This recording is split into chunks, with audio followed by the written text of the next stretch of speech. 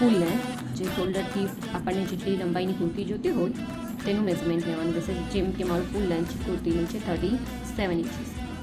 ફૂલ shoulder છે 14 inches. Neck round 12.5, front neck deep 6.5, chest round 31, waist round 30, hip round 34, arm hole round 15, sleeve length 10 અને 10 inch પર સ્લીવનું fitting છે 9 ઇંચીસ.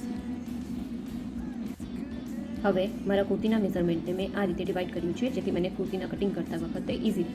Shoulder, તમારું જે પણ શોલ્ડર હોય તેનું હાફ, જેમ કે મારું શોલ્ડર છે 14 ઇંચ તો તેનું હાફ થશે 7, જે મને કટિંગ કરતી વખતે ઇઝી રહે તે માટે મેં રેડી રાખ્યું છે. નેક વિથ 12.5, જેના પાંચમો ભાગ એટલે 2.5. નેક ડીપ, જે મારું છે 6.5. ચેસ્ટ, જે છે 31 સો તેનો ચોથો ભાગ એટલે 7.75. વેટ, જે છે 30 તેનો ચોથો ભાગ એટલે 7.5. હિપ્સનું મેઝરમેન્ટ મારું છે 34 ઇંચીસ તો તેનો ચોથો ભાગ એટલે 8.5. આર્મ હોલ માટે 15 ઇંચ મારું આર્મ હોલ છે તો તેને મેં ડિવાઈડ 2 કર્યું છે, તેમાંથી -1 કર્યું છે એટલે મારું મેઝરમેન્ટ આવશે 6.5. કુર્તીના કટિંગ સિમ્પલ કુર્તી છે, નેક શેપ છે અને પફ સ્લીવ છે આ કુર્તી. તો કુર્તીના કટિંગ માટે મેં 2 પીસ લીધા છે અસ્તરના, ને ફૂલ જે સાઈડ છે તે મેં મારી તરફ રાખેલી છે. હવે એક સ્ટ્રેટ લાઇન ડ્રો કરીશું.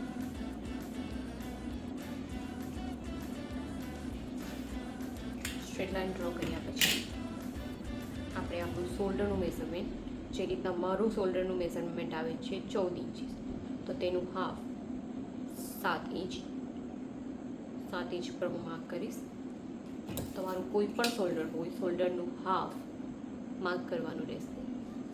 શોલ્ડરનું હાફ માર્ક કર્યા પછી કોઈ પણ સાઇઝની કુર્તી હોય 1 ઇંચ શોલ્ડર ડાઉન કરવાનું રહેશે. 1 ઇંચ શોલ્ડર ડાઉન બધી જ સાઇઝ માટે કમ્પલસરી છે. ત્યારબાદ નેક રાઉન્ડના 5 ભાગ કરે તો મારું નેક રાઉન્ડ છે 12.5 તો તેનો પાંચમો ભાગ એટલે 2.5 આવે છે, જે તો મેં મારું નેક વિથ લઈશ 2.5. નેક વિથ અને શોલ્ડર ડાઉન જે માર્ક કર્યું છે 1 ઇંચ નીચેથી એ બંનેને એક લાઇન ડ્રો કરીશું. આ આપણી શોલ્ડરની લાઇન રહેશે. હવે નેક વિથનું જે માર્ક છે ત્યાં આપણે એક લાઇન ડ્રો કરીશું સ્ટ્રેટ લાઇન નીચે. અહીંયા આપણે નેકનો શેપ ડ્રો કરીશું, જે ફ્રન્ટનો અને બેકનો બંનેનું કટિંગ આપણે બંને ડ્રો કરીશું અહીંયા. પછી એનું કટિંગ કેવી રીતના કરવાનું છે તે હું તમને બતાવીશ. પહેલાં બેક સાઈડનું નેકનું 1 ઇંચ રાખ્યું છે, કારણ કે બેક સાઈડથી હું પેક જ રાખીશ મારી કુર્તીનું, તો તે માટે મેં 1 ઇંચ ડાઉન છે. અને મારું ફ્રન્ટ સાઈડ છે 6.5, પરંતુ હું એમાં ½ ઇંચ પ્લસ કરીશ, કારણ કે મારું શોલ્ડરના જે જોઈન્ટ આવશે એમાં ½ ઇંચ માઇનસ થઈ જશે. તો અહીંયા મારું ફ્રન્ટનું નેક ડીપ મેં લીધું છે 7 ઇંચ. મારું છે 6.5 પણ મેં તેમાં ½ ઇંચ પ્લસ કરીને 7 લીધું છે, કારણ કે શોલ્ડરનું જે જોઈન્ટ આવશે તેમાં ½ ઇંચ મારું શોલ્ડર જોઈન્ટમાં જતું રહેશે. તો અહીંયા મને ½ ઇંચ, તો ફ્રન્ટનું નેક અને બેકનું નેક માટે ડ્રો કરીશું. ફ્રન્ટનું નેકનું શેપ આપણે અહીંયા ડ્રો કરીશું, બેક નેક શેપ અહીંયા ડ્રો કરીશું. ફ્રન્ટનું નેકનો શેપ તમે ફોટામાં જોયું છે, થોડું મારું નેક બ્રોડ છે તો મેં આ મેઝરમેન્ટથી 1 ઇંચ પર માર્ક કરીશ અને શોલ્ડર પરથી ફ્રન્ટનું નેક મેં બ્રોડ રાખ્યું છે, બેકનું નેક રેગ્યુલર રાખ્યું છે. હવે જે આપણું શોલ્ડર છે ત્યાંથી ½ ઇંચ ડાઉન ત્યાંથી નેકનો શેપ ડ્રો કરીશું. બેક સાઈડનો નેક ડ્રો કર્યો છે. વચ્ચે રાઉન્ડર રહેશે અહીંયાથી આ રીતે. અને ફ્રન્ટમાં જે આ લાઈન છે બનાવી તેનું હાફ, અને આ જે હાફ મેઝરમેન્ટ આવ્યું છે એનું પણ હાફ.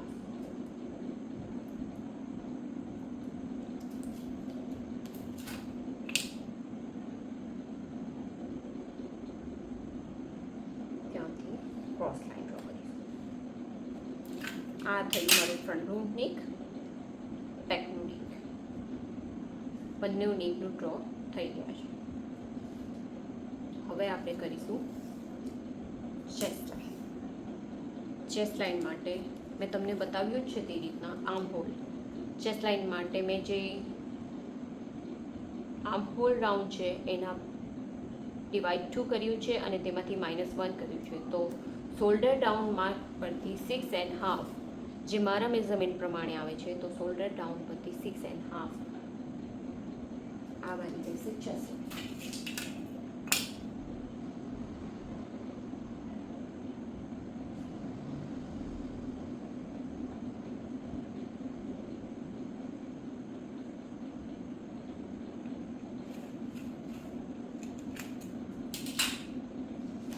હવે આ જે આપણું મેઝરમેન્ટ છે શોલ્ડર ડાઉનનું, ત્યાંથી અનફોલ્ડ સાઈડ મેઝરમેન્ટ રહેશે 7 ઇંચીસ. તો આપણે તેમાં હાફ ઇંચીસ માઇનસ કરીને 6.5 જ્યાં રહેશે ત્યાં માર્ક કરીશું. 6.5થી શોલ્ડર સુધીની લાઈન ડ્રો કરીશું. આ લાઈન ડ્રો કર્યા બાદ જ્યાં ચેસ્ટ લાઈન છે અને જે શોલ્ડરથી આપણે લાઈન ડ્રો કરી એ બેનું મિડલમાં એક ક્રોસ માર્ક કરીશું. આપણે જ્યાં ક્રોસ માર્ક કર્યું છે ત્યાં 1 ઇંચ જ્યાં પણ આવે છે 1 ઇંચ ક્રોસ માર્ક ત્યાં માર્ક કરીશું. ત્યારબાદ આપણું જે ચેસ્ટનું મેઝરમેન્ટ છે એનું ચોથો ભાગ, જેમ કે મારું ચેસ્ટનું મેઝરમેન્ટ છે 31, તો એનો ચોથો ભાગ એટલે 7.75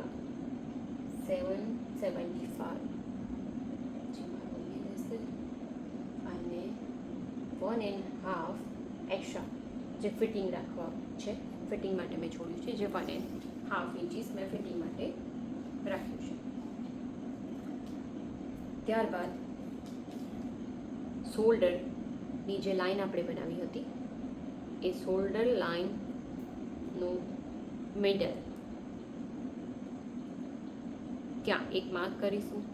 જે આપણે માર્ક કર્યું છે ત્યાંથી જે આપણે ચેસ્ટ લાઈન બનાવી છે એનું મેઝરમેન્ટ લઈશું. જેમ કે મારું મેઝરમેન્ટ આવે છે 7 ઇંચીસ. અહીંયા મેઝરમેન્ટ લેવાનું નથી, અહીંયા 6.5 આવે છે પણ મિડલમાં આવે છે 7 ઇંચીસ. તો જેટલું પણ આ મેઝરમેન્ટ આવે છે એટલું જ ચેસ્ટ લાઈનથી મેઝરમેન્ટ 7 ઇંચીસ પર માર્ક કરીશું અને જે માર્ક કર્યું ત્યાંથી પણ 7 ઇંચીસ. બંને લાઈનને ડ્રો કરીશું. જેમ આપણે માર્ક કર્યું 7 ઇંચીસ ત્યાં એક શર્ટ લાઈન બનાવીશું અને આ 7 ઇંચીસ જે માર્ક કર્યું ત્યાં સ્ટ્રેટ લાઈન બનાવીશું. આ થઈ આપણી વેસ્ટ લાઈન અને આ થઈ આપણી હિપ લાઈન. તો અહીંયા આપણે આપણું વેસ્ટનું મેઝરમેન્ટ કરીશું, જેમ કે 30/4, સો 7.5. તો 7.5 ઇંચીસ પર અહીંયા માર્ક થશે. 1.5 જે કુર્તીનું ફિટિંગ છે એ રહેશે. હિપ્સ છે મારી 34, તો એનું ડિવાઈડ 4 કરશું તો 8.5 છે મારું હિપ્સનું મેઝરમેન્ટ અને એને 1.5. હવે હિપ કવ સ્કેલથી આપણે જે આપણી અંદરના ત્રણેય માર્ક છે જે તે ત્રણેયને એક લાઈન ડ્રો કરીશું અને જે બહારના ત્રણેય માર્ક છે એ ત્રણેયને એક લાઈન ડ્રો કરીશું. આપણું ફિટિંગની જે લાઈન છે એ પણ રેડી છે અને કુર્તીનું જે કટિંગ છે એની લાઈન પણ રેડી છે. હવે આપણે આર્મ હોલ ડ્રો કરીશું, જે આ ત્રણેય મેઝરમેન્ટને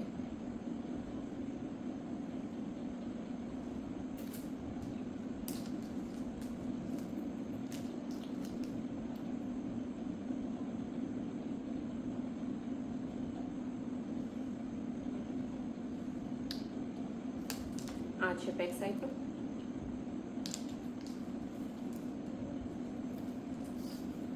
અને ફ્રન્ટ સાઈડનું જે આપણે મેઝરમેન્ટ લીધું છે એના તે હાફ ઇંચ અંદર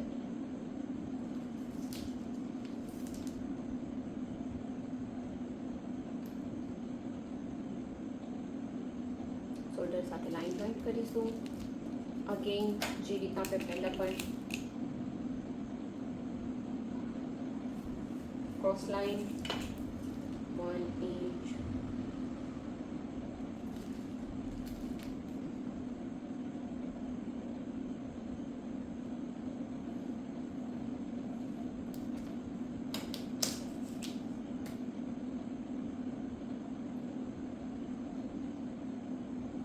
જે પોઈન્ટ બન્યો છે એને મેં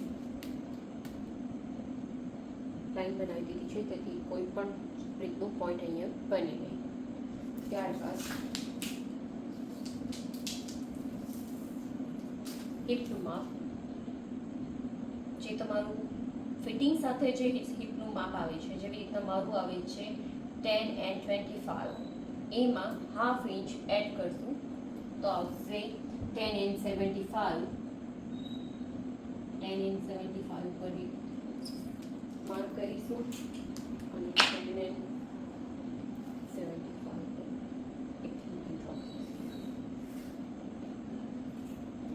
તો હવે આપણી કુર્તીના બધા જ માર્કિંગ થઈ ગયા છે. હવે આપણે આની કટિંગ કરીશું.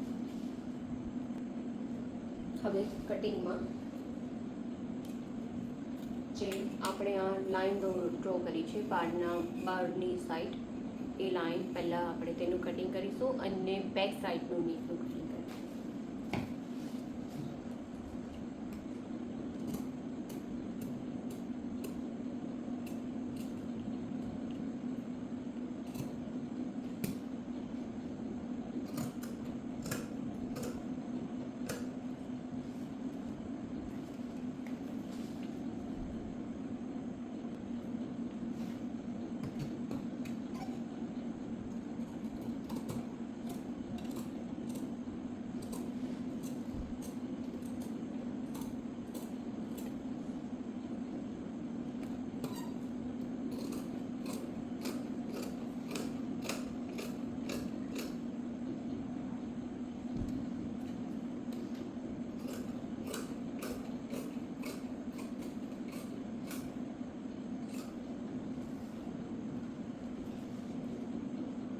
હિપ્સનું જે માર્ક છે ત્યાં એક નાનો કટ પર મૂકશું, જેથી આપણને હિપ્સનો કટ ક્યાંથી લેવાનું તે આઈડિયા રહે.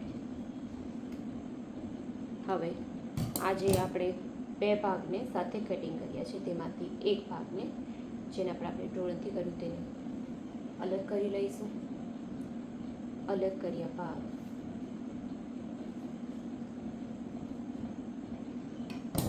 જે ફ્રન્ટ સાઈડનું નેક છે જે આપણે ડ્રો કર્યું હતું એનું કટિંગ કરીશું.